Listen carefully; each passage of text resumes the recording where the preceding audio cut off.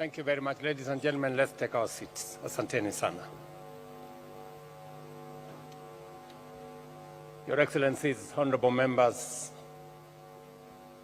fellow Kenyans, let me first take this opportunity to congratulate the team led by our Prime Cabinet Secretary and the two departments of Foreign Affairs and of Diaspora Affairs for what I have seen is a job very well done.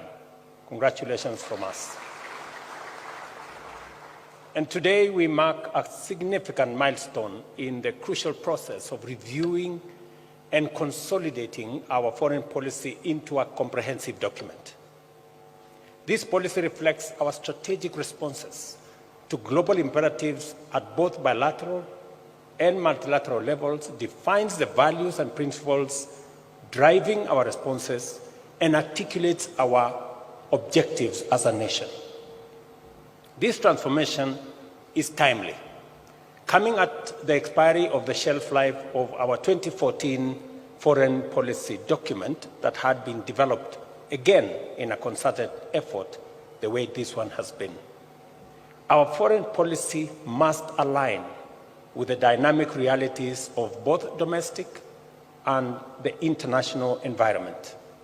Kenya's pursuit of national economic transformation necessitates a forward-looking, robust, patriotic, and people-centered foreign policy that will attract investments and secure our country's rightful place on the global stage.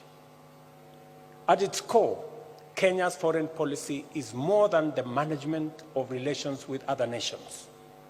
It's about shaping a destiny for present and future generations that aligns with our national interests. This policy, therefore, ensures that diplomatic engagements deliver tangible benefits to every Kenyan, unlocking the power of cooperation, the promise of partnerships, and the potential of a shared vision for a prosperous and interconnected future for our nation.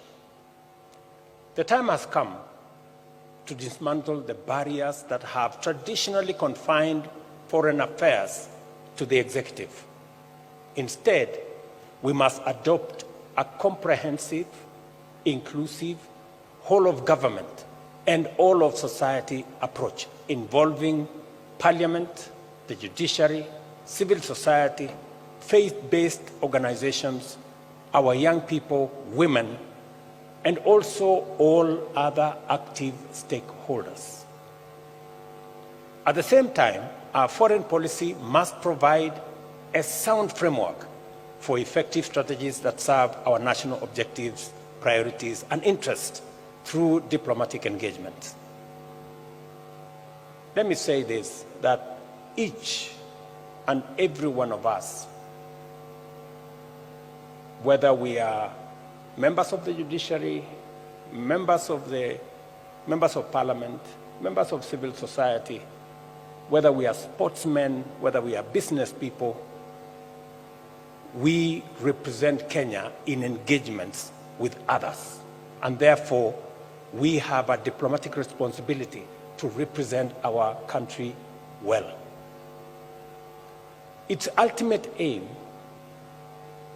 naturally, is to improve citizen welfare, drive national progress, and contribute to shared regional and global prosperity.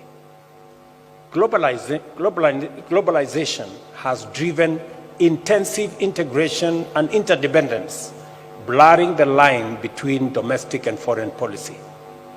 This makes it imperative to redefine and reestablish a distinct, comprehensive foreign policy framework. And this is the exercise this ministry is engaged in. The new foreign policy document outlines clear objectives, identifies emerging trends, and proposes effective responses to global dynamics. It incorporates mechanisms for implementation, monitoring, and evaluation, ensuring that our diplomatic sector serves as a catalyst for Kenya's prosperity. Notably, it highlights opportunities in emerging fields such as the digital diplomacy and climate diplomacy. As you all know, we progressively have raised Kenya's diplomatic profile. It is the reason why, for the first time in Nairobi, we held the first ever African Climate Summit in Nairobi.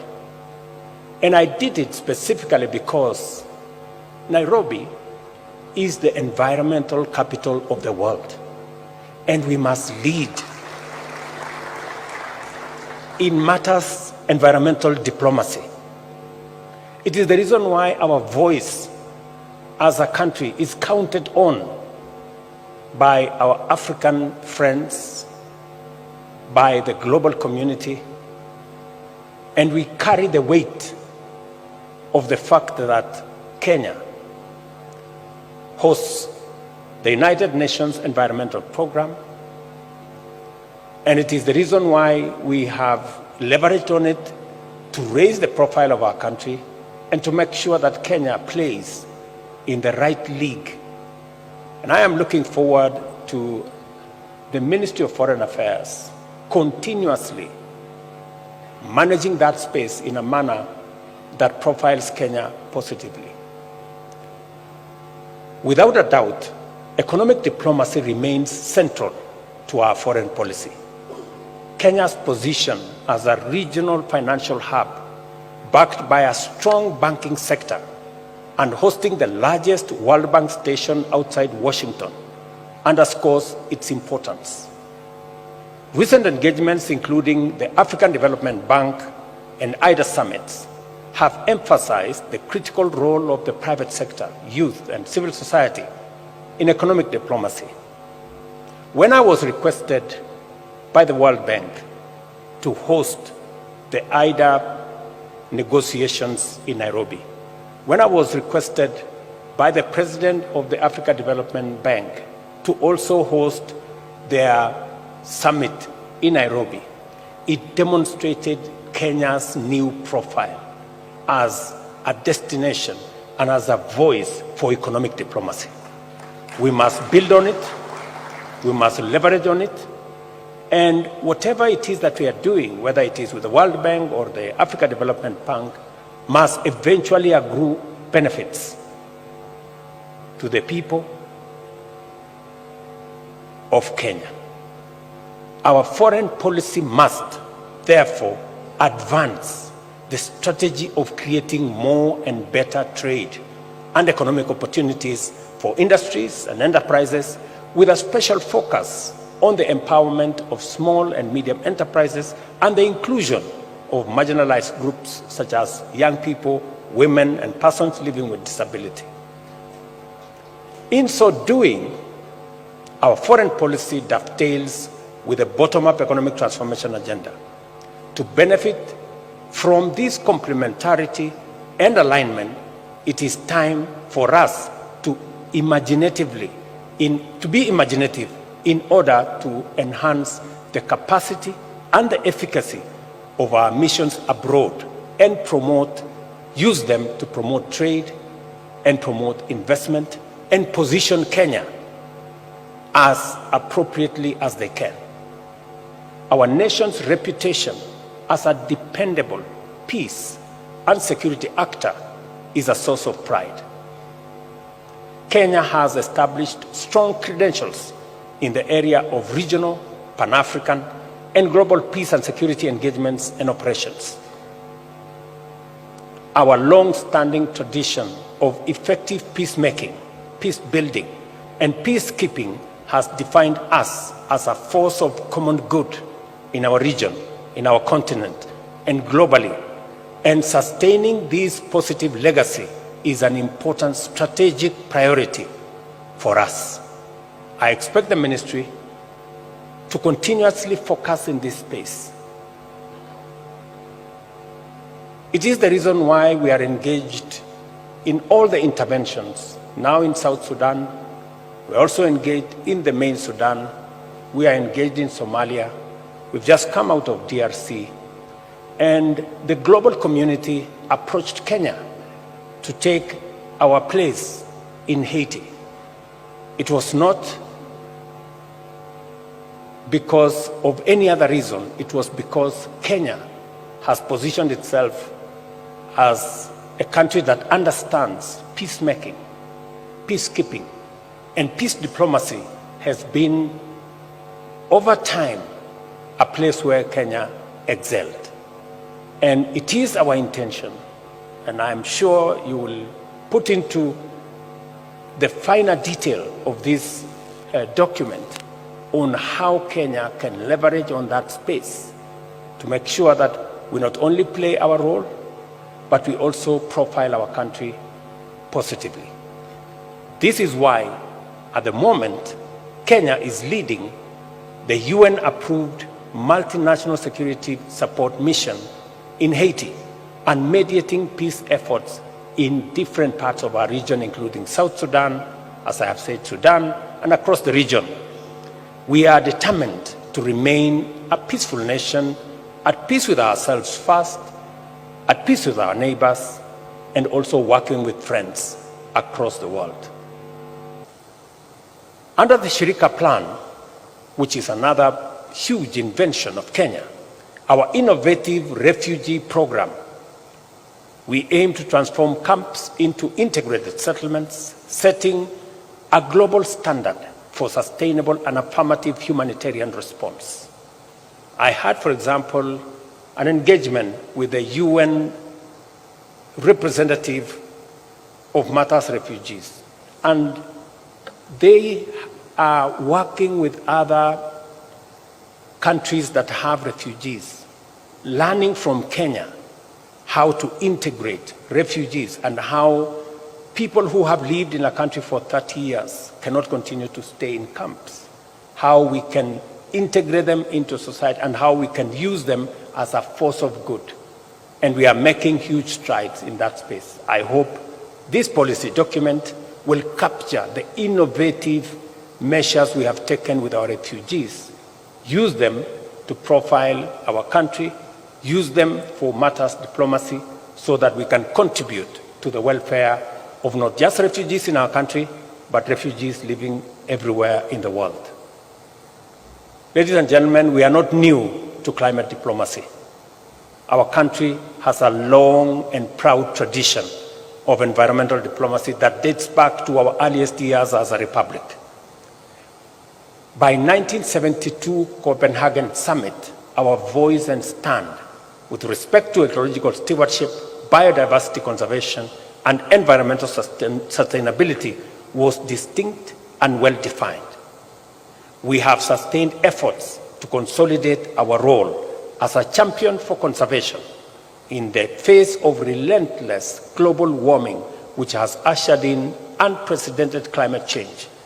It has become imperative that we take a strong stand to promote urgent and effective climate action locally and globally.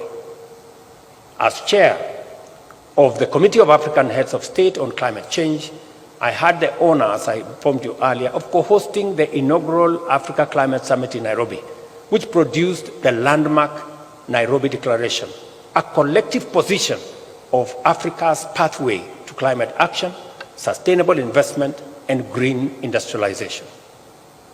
Kenya's role in shaping global climate conversation is a testament to our commitment and our dedication to matters climate. Kenya's engagement in global health diplomacy is also guided by lessons learned from COVID-19 pandemic and our commitment to enhancing inclusion and equity by promoting public and private investment to expand access to quality health care, address disparities, and strengthen domestic health systems while partnering to address pandemics and emerging public health challenges, not just in Kenya, not just in our region, but globally. As a national policy priority, Kenya is committed to sustaining its strong contribution to deepening regional integration through various initiatives, including the accelerated implementation of the East African Treaty and protocols, as well as promoting the free movement of people, goods, and services across borders. This commitment extends to our obligation under the Common Markets for Eastern and Southern Africa, COMESA, the tripartite free trade agreement that again came into force this year in May after meeting the threshold, and our efforts to actualize the Africa Continental Free Trade Area. To this end, we have adopted a visa-free policy and the Pan-African Payment and Settlement System to facilitate free movement and promote intra-Africa trade. Let me say this with clarity, that we have championed, we've taken the front line in making sure that Africa trades together, works together, and we ease movement within this continent. It is our voice and the recognition of Kenya's contribution in matters diplomacy around African integration that led the Africa Union in the 37th summit in Addis to ask Kenya to lead the way in reforming the Africa Union to make it a fit-for-purpose organization that can speak to the interests of Africa, the aspirations of the African people. And I want to promise you that I am putting together the report after meeting several stakeholders, and in February, I will be filing the first report to see how we can make the Africa Union a fit-for-purpose organization to drive our integration, to drive our investment and trade, and to make sure that we position our continent as we position Kenya in the right trajectory as we look into the future. On continental leadership and governance, Kenya upholds the Africa Union's Constitutive Act, champions the Pan-African principle of developing and applying African solutions to African challenges, and vigorously promotes Africa's interests and positions in multilateral fora and on the global stage. As I have told you, as the current leader of the AU institutional reforms, we are committed to establishing a well-financed, assertive African Union capable of addressing the continent's challenges and advancing its strategic interests. Despite numerous challenges that have put multilateralism in a crisis, Kenya's commitment to multilateralism endures, and more than ever, we are now invested in strengthening it at both the regional and global level. In all these endeavors, our positions are firmly aligned with the founding principles and constitutive instruments of the Africa Union and the United Nations, while being guided by our national interest. As a member state and host country to major international institutions, including the UN, Kenya has a strong interest in championing for their further empowerment and reform. And that is why I have been in the forefront, and we have been as a country in the forefront in championing the reform of international architecture, whether it is the UN Security Council, multilateral banks and financial institutions, because we need to make them fairer, we need to make them much more responsive. And Kenya has a stake because we host the only UN headquarters in the Global South here in Nairobi. And therefore our voice matters. We can speak authoritatively as a country on matters UN, on matters reform of the UN, on matters reform of the financial architecture of the world we live in today, because we have a first-hand experience on handling matters UN in Nairobi. And I am very proud that the UN headquarters in Nairobi is now going to be upgraded so that we can have better facilities to be able to deliver on the mandate that the UN facilities in Nairobi have been assigned. During the recent UN General Assembly Summit of the Future, Kenya reaffirmed the need to reform multilateral organizations and restructure the global financial architecture as a key to ushering our people into a just, inclusive, sustainable, and prosperous future. We firmly believe that the current financial system grossly underserves the deserving majority of the world's population and exacerbates economic crises and inequalities, with 1 in 3 developing countries at the risk of debt default. As a matter of policy, Kenya advocates for the establishment of a fairer and a more equitable financial system. And I am very proud of the strides we have made. There was a time people did not want to listen. Now we've taken the turn, and everybody now accepts that something must be done. I am happy that at the last, we are able to launch this foreign policy document, which celebrates our diplomatic achievements, analyzes current and emerging global dynamics, and also offers firm strategic guidance on the ways and means of undertaking successful initiatives. I've also seen its implementation requires collaboration across all arms of government. I commend the Office of the Prime Cabinet Secretary and the Ministry of Foreign and Diaspora Affairs for their thorough, consultative, and inclusive manner in which they have undertaken their work, and call upon all of us, all the stakeholders, both in private and public, as well as our local, regional, and international partners to collaborate with us and ensure the successful implementation of this policy. As we embrace this new foreign policy, let us remember that the future is not inherited. The future is created. Through the power of our patriotism, concerted effort, and the strategic framework provided by our foreign policy, we must aim to keep Kenya's flag flying high, to inspire pride and hope, and symbolize Africa's true renaissance. Diplomacy is a field rooted in tradition and techniques that safeguard national interest while uplifting humanity, embodying Kenya's identity as a nation committed to peace, proudly African, and dedicated to global prosperity. Guided by this policy framework, let us get to work in preparing our nation for the dynamic geopolitical landscape that is before us.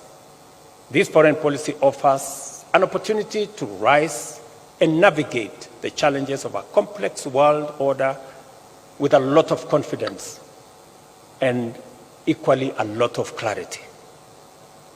I am confident that the work that has been done by our team at Foreign Affairs and Diaspora Affairs is a good document. We look forward to taking it through the necessary processes, both in Cabinet, subsequently to Parliament, and also putting together a sessional paper that will also give fresh impetus to our foreign policy and expand its input to include that from our counties and all the other stakeholders that have been listed by the document.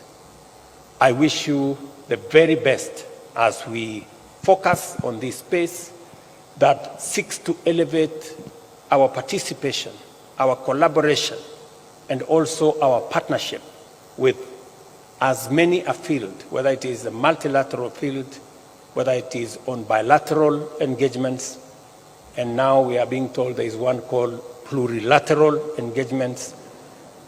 So that whole space and whatever it contains, this document will help us navigate in that space. We will input when the document comes to Cabinet.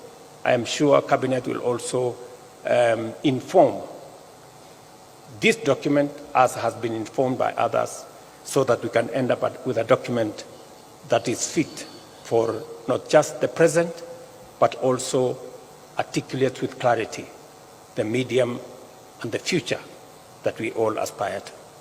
Thank you very much. God bless you. God bless our great country, Kenya. Asanteni sana. Thank you very much, Your Excellency. And with your permission, Your Excellency, allow me to invite the Kenya Policy Review Committee for a quick photograph. Let us kindly take our seats briefly. If we can kindly take our seats briefly. Let's have the Kenya Policy Review